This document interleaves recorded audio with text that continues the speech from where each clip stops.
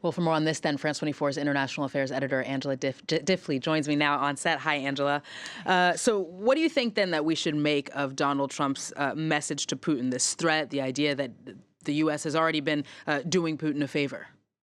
Yeah, in that he's referring to the economy, as he did just there. You know, there are increasingly reports that the Russian economy, which did fare pretty well in the face of sanctions early on in this war, is quite a bit of suggestion that it's in trouble at the moment.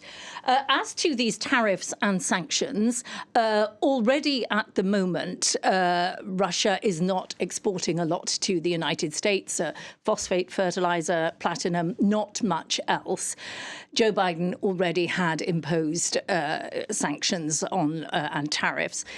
What Joe Biden was reluctant to do, because he didn't want to disrupt too much the global energy market, was banning Russian oil and gas. And that is probably what Trump is threatening here. As to whether he will execute that threat, we don't know. But this is how he operates. He is suggesting that that might force Putin to the negotiating table. You know, it is highly likely there will be a summit at some point. The Kremlin is saying there's all this talk about a deal. We don't know what kind of deal Trump has in mind. And we know that for the Kremlin, any deal would mean that they want to keep broadly the roughly 20% of Ukrainian territory that they have captured, and no admission to NATO ever of Ukraine. So they're the negotiating starting points. We will see where this goes. It's the first time he's looked a bit tougher on Russia. Now, meanwhile, Angela, NATO boss Mark Rutte has called on Europe to pay for military aid if the United States agrees to keep supplying it to Ukraine. Do you think that that's likely to sit well with Donald Trump or with Europe? Certainly with Donald Trump, yeah, he has already suggested that other NATO members should be paying more. That's broadly Europe should be paying more. This is also about the fact that Europe has a very poor manufacturing base in terms of military hardware, artillery, military equipment. It simply isn't making enough. And until that production can go up and up and up, this might be a way around the problem, that Europe would pay the United States and the United States would deliver its stuff.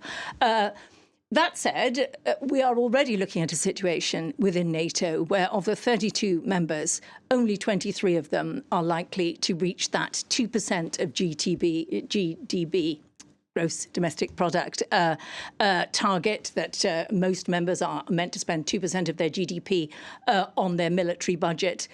Only 23 of them are likely to.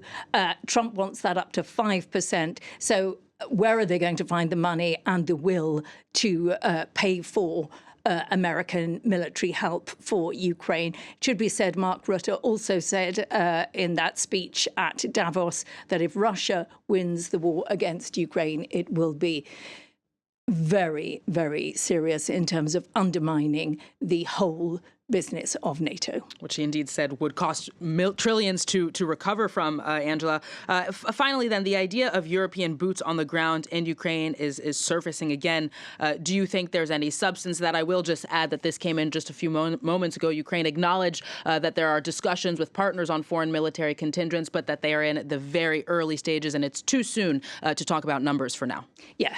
Emmanuel Macron floated this idea about a year ago, and there was very little uptake. At that stage, it was a slightly different idea. Now, if such a force were to be put together, it would be largely about perhaps not peacekeeping, but trying to enforce any ceasefire that is negotiated. It's not quite a peacekeeping force because it would be not entirely neutral. It would be there to protect Ukraine. It would be there as a deterrent to Russia. That is the sort of thing that is being talked about. As to who might be in it, when Macron suggested it already, it wasn't that popular here in France, but Macron has the entitlement to choose France's foreign policy and defence policy. It doesn't, you know, that's his decision in France, but it wasn't very well received. Britain is very likely to be interested. Britain, we know, since Brexit, has seized upon Ukraine as a chance to show that it is still playing a role on the world stage. It is not isolationist, and Britain is likely to want to take part. The Netherlands as well, and those Baltic countries which neighbour Russia, and also perhaps some of the Nordic countries. Countries that are not keen are Poland and Germany. They've made that very clear. Zelensky was talking about a 200,000 strong force with US backing. That is very unlikely.